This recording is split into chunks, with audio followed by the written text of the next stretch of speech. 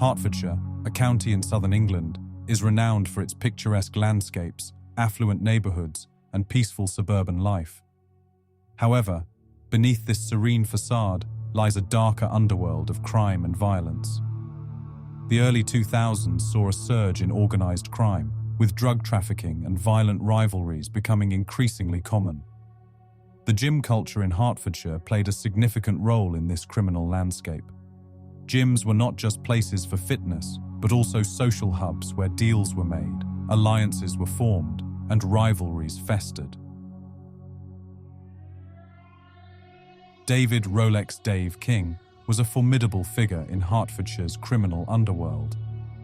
A bodybuilder with an imposing physique, King was known for his ruthlessness and his penchant for flashy displays of wealth, particularly his collection of expensive Rolex watches. His influence in the local drug trade was significant, making him a target for rivals and law enforcement alike. King's operations were marked by a combination of physical intimidation and strategic alliances, which helped him maintain control over his territory. Opposing King were Roger Vincent and David Smith, two men deeply entrenched in the world of organized crime. Vincent, a gangland debt collector, and Smith, his close associate, were known for their violent methods and ambition. Vincent, in particular, was motivated by a personal vendetta against King, as well as the desire to expand his own criminal empire. The duo's criminal activities were well documented, involving a series of violent offenses and meticulously planned operations. Their rivalry with King set the stage for a deadly confrontation. Vincent and Smith's determination to eliminate King and take over his operations culminated in a brutal attack that would send shockwaves through the local community and highlight the dangerous intersections of power, crime, and retribution in Hertfordshire's underworld. The rivalry between David Rolex Dave King and Roger Vincent, along with his associate David Smith, was rooted in a volatile mix of personal vendettas and the fierce competition for control over Hertfordshire's lucrative drug trade. King's rise to prominence, characterized by his ostentatious display of wealth and dominance in the local gym culture, made him a formidable figure. His growing influence and reputation for violence meant that he was both feared and envied by his competitors. Roger Vincent, a gangland debt collector, had long harbored animosity towards King. Known for his own violent methods, Vincent viewed King as both a threat and a challenge to his authority. Vincent's ambition to expand his criminal empire further fueled the rivalry. The tension between the two men escalated over time, leading to numerous confrontations and skirmishes. David Smith, Vincent's trusted lieutenant, shared his leader's ambitions and methods. Together, they orchestrated a campaign to undermine and ultimately eliminate King. Their meticulous planning included gathering intelligence on King's movements and routines, acquiring sophisticated weaponry, and executing a coordinated strategy to catch him off guard. The rivalry reached its peak as Vincent and Smith plotted a deadly assault, aware that King's elimination would pave the way for their ascension in the criminal hierarchy. The culmination of their feud was not merely about the immediate gain, but about sending a powerful message to the criminal underworld. No one was untouchable, not even someone as formidable as Rolex Dave.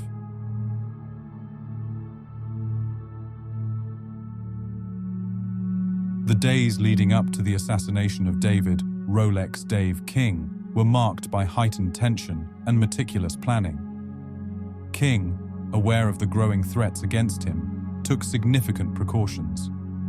He began wearing a bulletproof vest and was frequently accompanied by his bodyguard, Ian Crocker.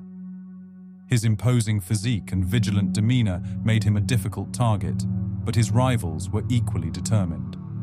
Roger Vincent and David Smith were relentless in their pursuit.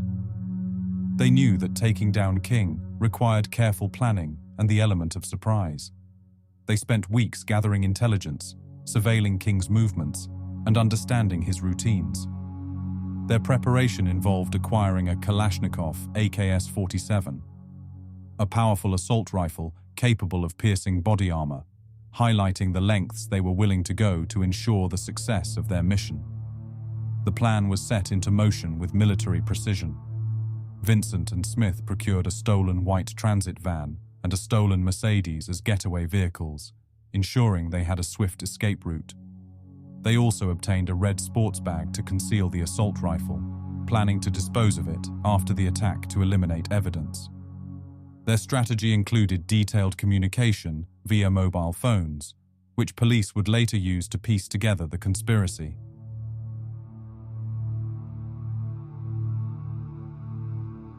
The assassination of David Rolex Dave King was one of the most brutal and shocking episodes in Hertfordshire's criminal history.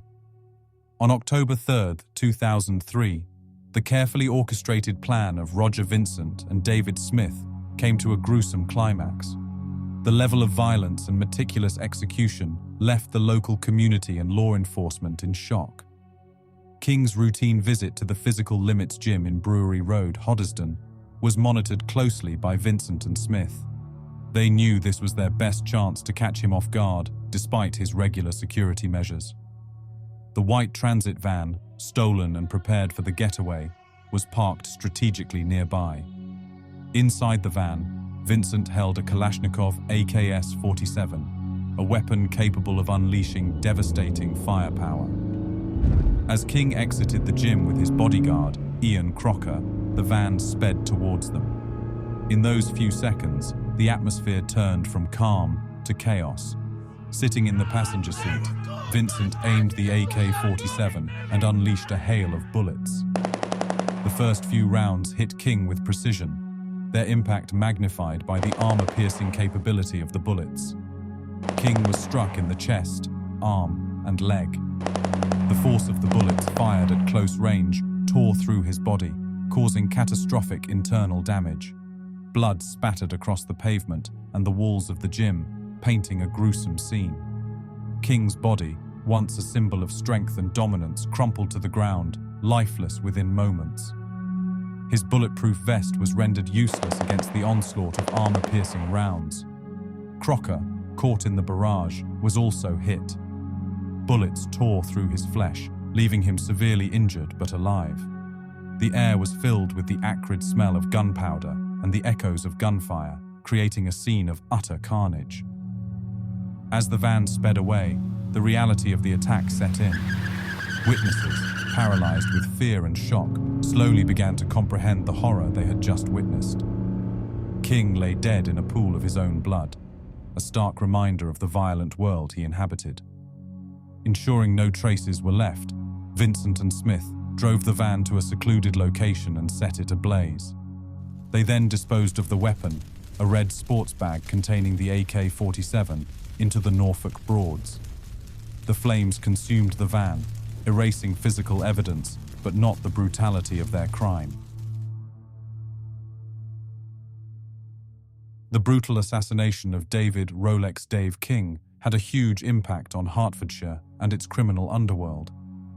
As the news of his death spread, the local community was gripped by fear and uncertainty. King's assassination was not just a murder. It was a calculated power play that sent shockwaves through the region. The police response was swift and comprehensive. Forensics teams meticulously gathered evidence from the crime scene, while detectives began piecing together the events leading up to the shooting. The burnt-out van and the discarded AK-47, found by a couple near Braden Water, provided critical leads. Detectives were able to trace the DNA and palm prints back to Roger Vincent and David Smith, linking them definitively to the crime. The media descended on Hoddesdon, capturing the gruesome details of the assassination and the ongoing police investigation. Headlines screamed of the audacious murder and the hunt for King's killers, turning the local tragedy into a national spectacle. The coverage highlighted the brutal nature of gangland retribution and the sophisticated methods employed by organized crime groups. Within the criminal circles, the assassination of King was seen as both a warning and an opportunity. Rival gangs watched closely as the power vacuum left by King's death opened new territories for control. The ruthless efficiency of Vincent and Smith's attack demonstrated the lengths to which gang members would go to assert dominance. The investigation into the assassination of David Rolex Dave King was one of the most intensive and meticulous operations conducted by Hertfordshire police. The brutal nature of the crime and the use of an automatic weapon in a public area galvanized law enforcement to bring King's killers to justice swiftly. The crime scene was immediately cordoned off, and forensic teams were deployed to gather evidence. The pavement outside the Physical Limits gym was littered with shell casings from the AK-47, which forensic experts meticulously collected. Blood spatter analysis was conducted to understand the trajectory and number of shots fired. Detectives discovered a burnt-out white transit van, identified as the getaway vehicle, in a secluded area. Near the vehicle, they found a discarded plastic glove containing a palm print. This crucial piece of evidence was later matched to David Smith. Additionally, a red sports bag containing the AK-47 and spare rounds of ammunition was retrieved from Braden Water by a couple who had witnessed a man disposing of it. Forensic analysis revealed DNA traces on the ammunition clip and the towel inside the bag, linking both Roger Vincent and David Smith to the crime. Investigators utilized CCTV footage from around the gym and surrounding areas. They painstakingly tracked the movements of the white transit van on the day of the murder. Mobile phone records played a pivotal role in the investigation. Detectives analyzed call logs and triangulated cell tower data to place Vincent and Smith at the scene. These records also revealed the extensive communication between the two in the days leading up to the assassination. Under interrogation, Vincent and Smith initially denied involvement. However, persistent questioning and the overwhelming forensic evidence led to confessions. Informants within the criminal underworld provided additional details, corroborating the police's findings and shedding light on the premeditated nature of the attack. The investigation also involved coordination with national agencies, including the National Crime Agency, NCA, to trace the origins of the AK-47 and understand its journey into the UK. This collaboration highlighted the broader implications of illegal firearms trafficking and its ties to organized crime. With a solid case built on forensic evidence, surveillance data, and witness testimonies, the police arrested Vincent and Smith. The trial preparation involved compiling detailed reports and securing expert testimonies to explain the forensic findings. The evidence presented was compelling, leading to the successful prosecution of both men.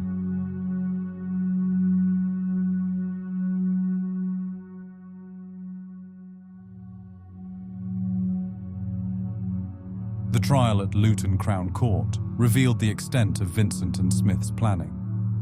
The prosecution presented a detailed account of the events leading up to the murder, including the acquisition of the AK-47, the surveillance of King, and the execution of the drive-by shooting.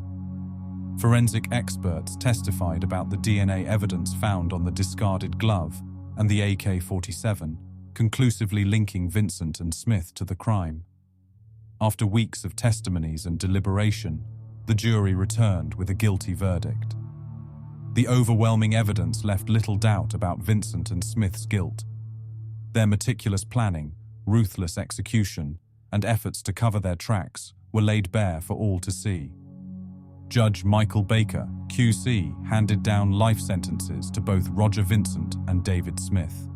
Vincent, identified as the mastermind behind the assassination, received a minimum term of 30 years. Smith, his accomplice and the driver of the getaway vehicle, was sentenced to a minimum term of 25 years.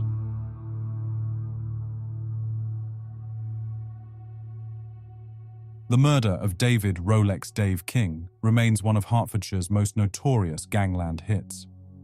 King's flashy lifestyle and control over the drug trade made him a big target.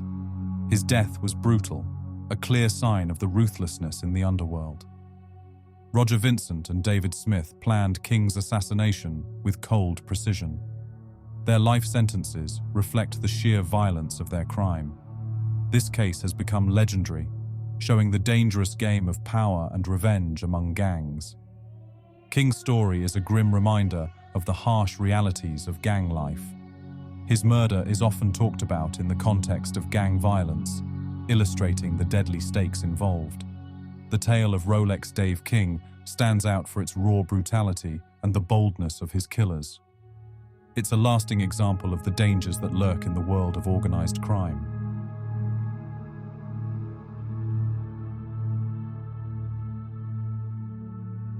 For more raw and real crime stories, hit the like button and subscribe. Until the next episode, stay alert and stay safe.